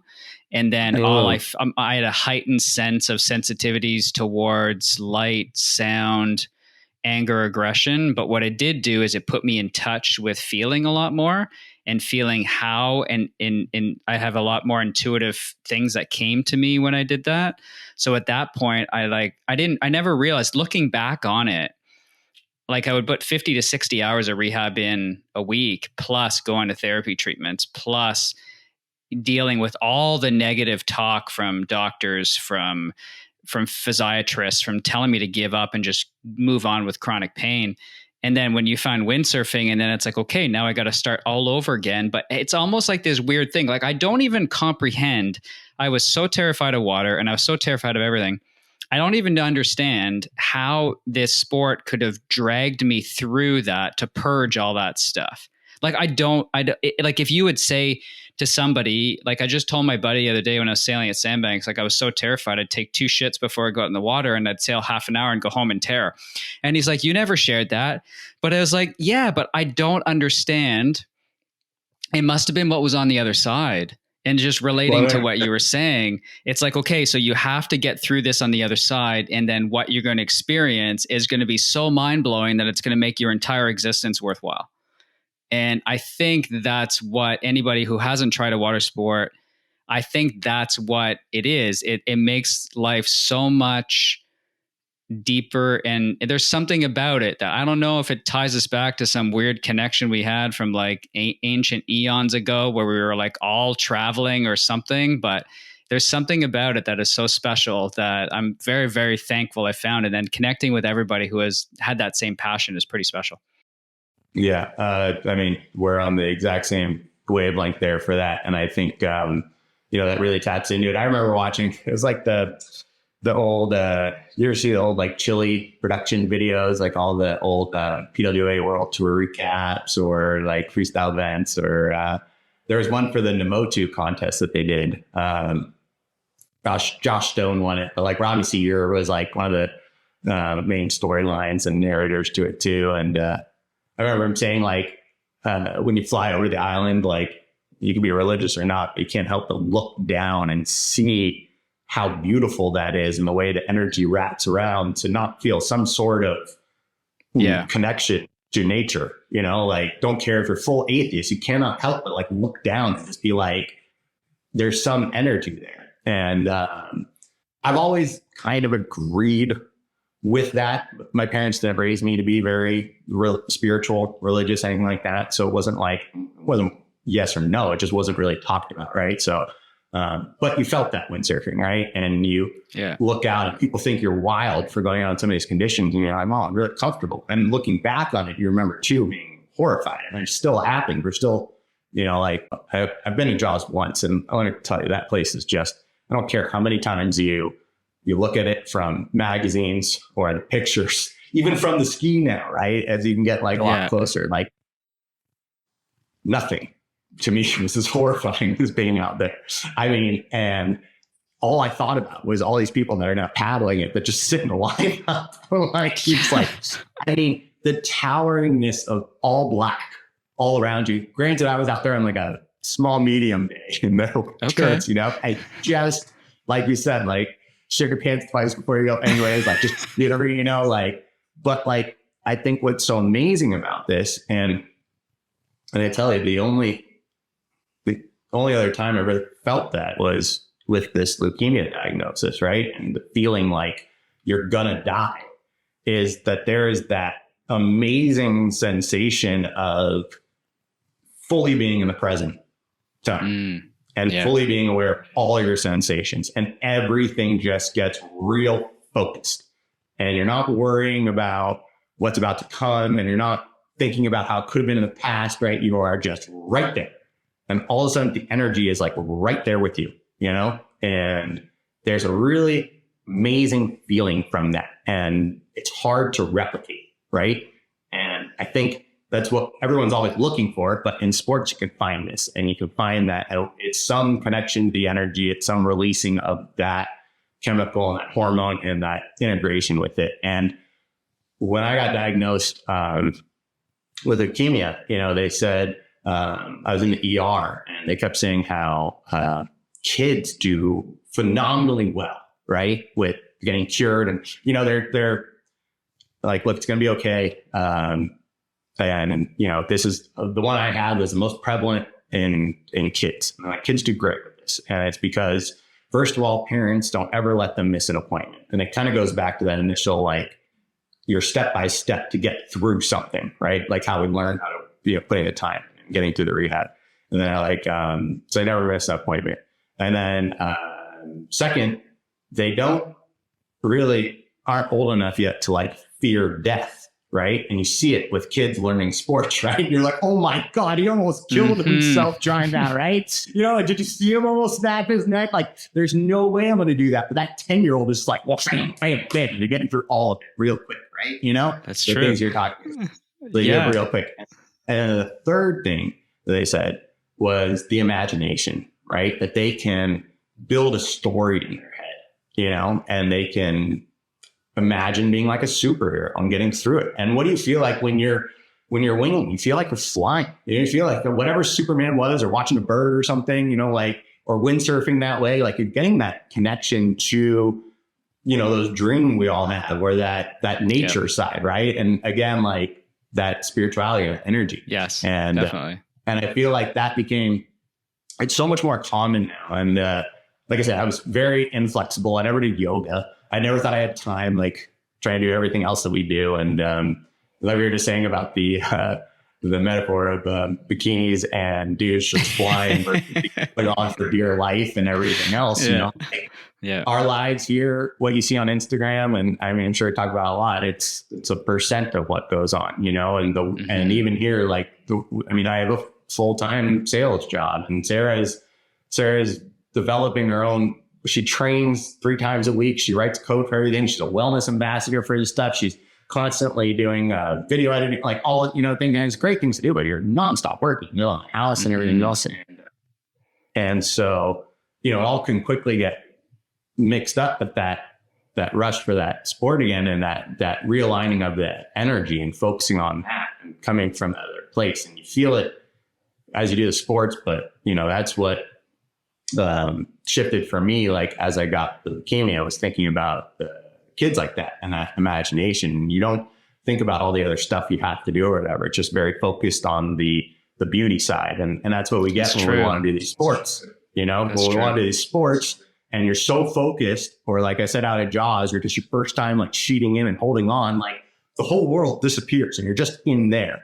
And I think that's what you were talking about, that like, that's what gets you to do bad things, you know, and you want that feeling again, no matter what. Right. And it just, and again, I think foiling does that really well. And there's a guy, a good Windsor friend, she gave me a book, You Are the Placebo. That's by Dr. Joe Espinoza. And again, what he did was super interesting. He had a similar, like he was biking, car hit him, broke every like bone in his body, told him no chance of anything.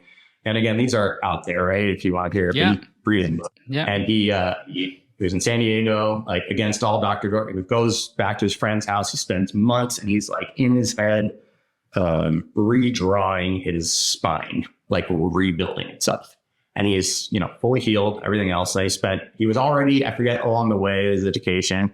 We got really into like tracing all those, like, you wouldn't believe this miraculous healing, of like physical, like injury, cancer, whatever it is. And these people that, and placebo studies, and then looking at the brain scans now, which we're trying to get to. And there's so much of that neuropsychology and that tapping into, that energy. And it's very hard to do. It takes a lot of time and practice. I've been trying to do it as a way to get myself to think and feel differently about stuff. That's what you learn as you go through injury or cancer. You can't control your next session if you're just going to hit the lip the wrong way or jive funny and twist your foot, right? Like, these things are inevitable. They have risk. But what you can do is control how you think and feel about, getting out of it. And once you do that again, to just get back to that present feeling, I think that's what we get in the sport. And that's the kind of nice clarity. So I don't know. No, those are huge. The tools, like, they're tools in order to help you become more and more present. And I found that I think people only truly understand what's required to get through something like you went through, something like a lot of everybody goes through their own little thing, regardless of what it is. But some people go through things that are a lot harder. And it's at that point where they recognize that there is no longer a no. You'll explore anything possible, and it's the opening up of yourself to accept that. And you shed all of the, like, for me, it's either it's full committing. You commit 100%, and then you let go of everything else, and nothing else even matters. So that for me was such a freeing experience, and going back to it, I'm thankful because I found that it set me free from so many things. Did you find that experience of going through this to shed, like, you're by becoming more present, you have no choice but to shed everything else around you in a way, right? And I think it's not to say that you should go through some of this stuff to get to it and find another way, which is what I wish you could. The book is about, right? And again, trials and tribulations with gear development or these things to, like, get you, to. I wish it was easier. Find the yellow brick road, but no, definitely, there is that freedom with it, and I think, and to be able to find that, like, shift in perspective again on the things that are, like, how much anxiety or time or stress do I need to, like, allocate to this thing really, or can I deal with it, and bigger picture stuff, or even if I have to deal with it, like, the approach I take to it, right? And the empathy, or seeing from the other side and being like, most of these things we're all on the same team trying to solve a problem. We're not, like, confrontational about it or something, and before you might just be more in your own and thinking about this, and you kind of and so I've tried to change that in a lot of my relationships, and it's made things a lot more, I tell you, you just really remind yourself all the time to enjoy that present, whatever you're doing. And the sport focuses on it.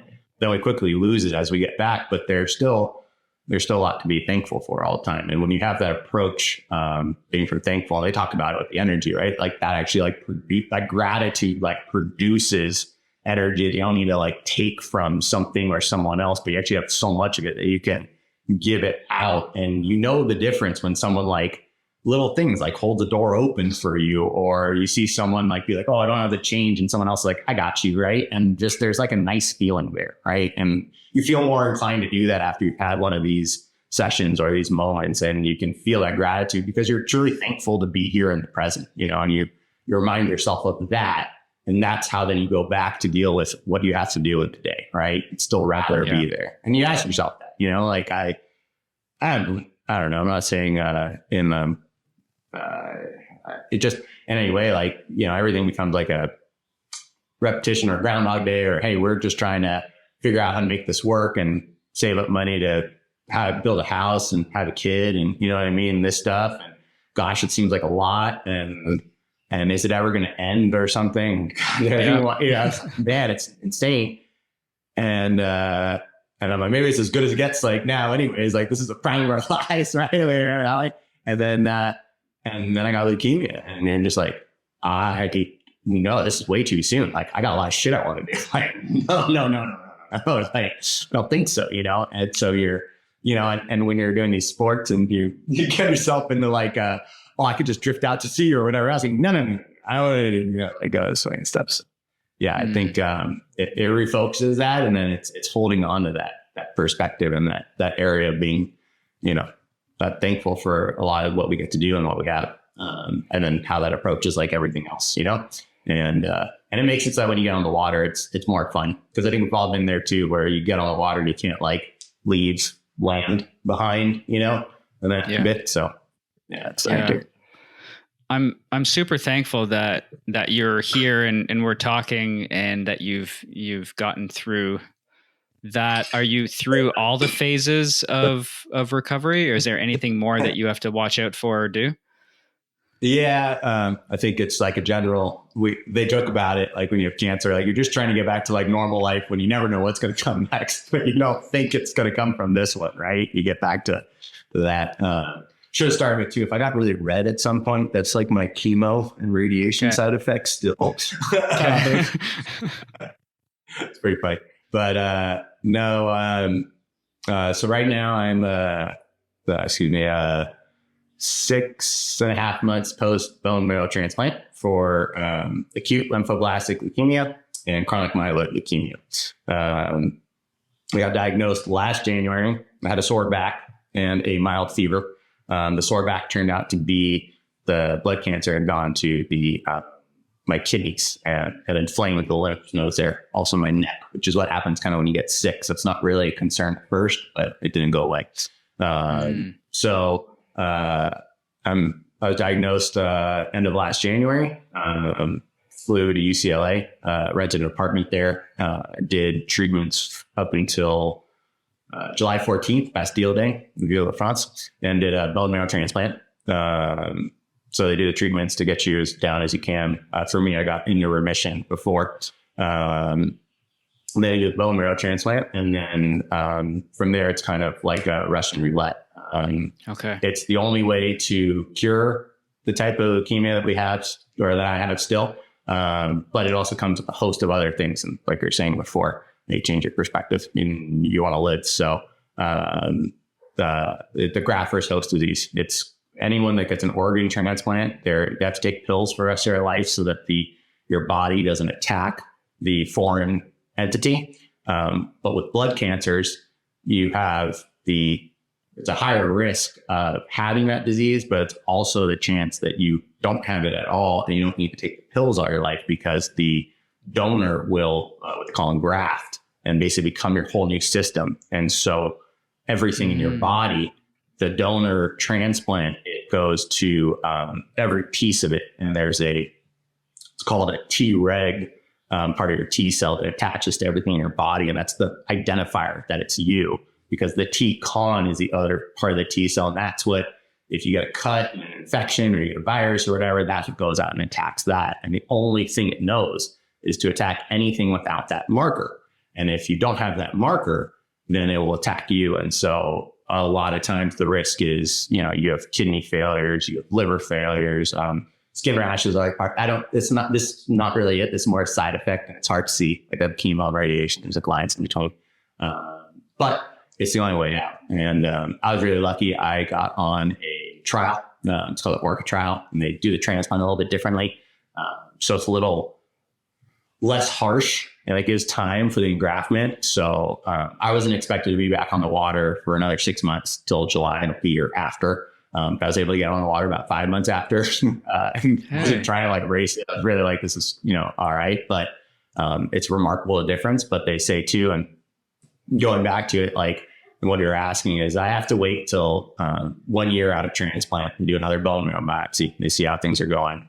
And if it's still tracking well at that point, then they kind of go to like 6 months and a year for 2 years, and then 6 months and 3 years, and every 6 months until you get to 5 years. And once you get to 5 years and it hasn't flared back up, or you don't have graft versus host disease, then they say you're pretty much, back to like anything else can kill you, but it's not going to be the leukemia. It's not going like it wouldn't be to anybody else, and so that's everyone has different cancer stories and stuff, but the general rule is kind of like once you get about 5 years out, if you're still in remission, is pretty good. But they again say, you know, and why I'm here, and that's why I'm super pasty. Like I had to stay out of the sun, like I said, the red outside and everything. But they just tell you, you know, my doctor was very like, my numbers were coming up very slow, and right now I'm still like very immunocompromised. I just am getting my cell counts like back into normal levels, but like the hemoglobins that carry oxygen on your red blood cells are still like below normal. So let me tell you, like paddling around, sailing. But she said, you know, the thing was that she's like, Casey, we don't, you know, all the science we have now, we don't still understand in what order the immune system reconstitutes itself or not. So I believe like feeding your soul is the best way forward. And for you, you know, you go home and you get back, and it kind of goes back to that, you know, what we strive for too. So very grateful for that and that side. But yeah, a little bit longer, but like I said, we all got things that way, and at this point, just very thankful for its continued reminder of what we think about with our time and how we focus on it. And like I said, this, you know, getting to be with friends and family on the water and what we do that way has been amazing. Getting the right gear, the job I do too. The political finance, you know, we get to work with committees and amazing people across the country. We're just saving them time. Like it's funny, and I'm sure you do this with sales too. You know, we say our thing is that it's monthly contracts, and they can leave whenever they want. You know, and they have far more experience than I've ever had. And they're psyched. They keep saying thanks, and you know, like everybody's succeeding better. They're more positive because they're determined to get to that path. That you know, and so they're more productive, and everything's a lot more enjoyable in that present time. You know, and I think when we get injured like that, you know, you just want to enjoy it, right? And with your friends and stuff. So that's why I'm very, in a weird way, like very grateful for getting the leukemia. So it's kind of wild, but I don't think I would have been able to put that together unless you like go through it like that, you know? But it's the same for a lot of people, how they take injuries, you know, you see it like all the time. So, yeah. I hear you. Well, hey, Casey, man, thanks for taking 2 hours, and thanks for sharing all of that with us. Yeah. There's a lot. You can get it out after randomly. We can get it in about 20 minutes. The episode is going to be 19 minutes and 45 seconds with all our rambling cut out, but it's no, I think we're just going to keep it. I know, but I honestly do like, it takes courage to come out and talk about things that have impacted. And, I know the team over there and everybody was just super, super supportive for you. And I'm just happy that you're on this part of this journey, and I can only see it getting better. So thank you very much. Yeah. You know, the boys have been great, everybody. So, and you get to work with some of the best guys in the world, right? Like working with Keith and those boys like that. Like I had a hard time stringing a sentence together when I met them for the first time. Well, I think what we're all grateful for our, you know, and gosh, we didn't mention it too much here and when we were wrapping up, but like with the dragonflies, and that was like my first real like hands-on. The Ginsus were already in development by the time I really jumped on. So when they showed them to me, they had, you know, some of the first prototypes, but the dragonflies, like it was Keith and Elliot LeBeau and I, like from scratch. And like I said, being with that group of people and the riders and the whole community, I'm like very grateful for. And I'm still kind of like you. I mean, I still walk in, oh fuck, I can't believe like actual reality, right? But I think we all turn it around back to everybody else and like all the riders around the world and the people like really expressing like, you know, how much fun they're having these sessions. Like for me, going through the treatment, leukemia last year, like watching people like on Instagram, like posting all their sessions with the dragonflies, and messaging them like, oh, like, do you really like it or this, that? I'm like, man, it's amazing. And like, oh, you know, like one after the other and so fired up and like, no, so rad. And whenever I talk to like, Keith or Adam, the guys at the shop, or a lot of Francisco or Jason and check in and stuff, they're just like, dude, like these people are so stoked. This is so rad. And so, and for everybody watching and like, thank you very much. And keep the feedback coming. Like, it's the most honorable, like, recognition of doing something that provides value. Right. And I think everybody just wants, everybody from the team, you know, wants to make sure, like I said, for the time that we do have to enjoy for ourselves, that you're having the most fun possible. That's what it's all about when it comes to the R&D, you know? So yeah, it's been a blast, and I'm still with you too. I'm like, I can't believe you're going, you know, dude, it's so rad. yeah. And it's only, I don't know if that's ever going to go away, but maybe that's the fun part about it, right? As long as they still let us build like the craziest spaceships or try random shit, like, it's going. It's out. All right, brother. Thanks, man. And yeah, we'll have to chat soon. And hey, everybody, thanks for joining on this chat today. And we'll see you guys next time. Right on, man. Have a good one. Thank you.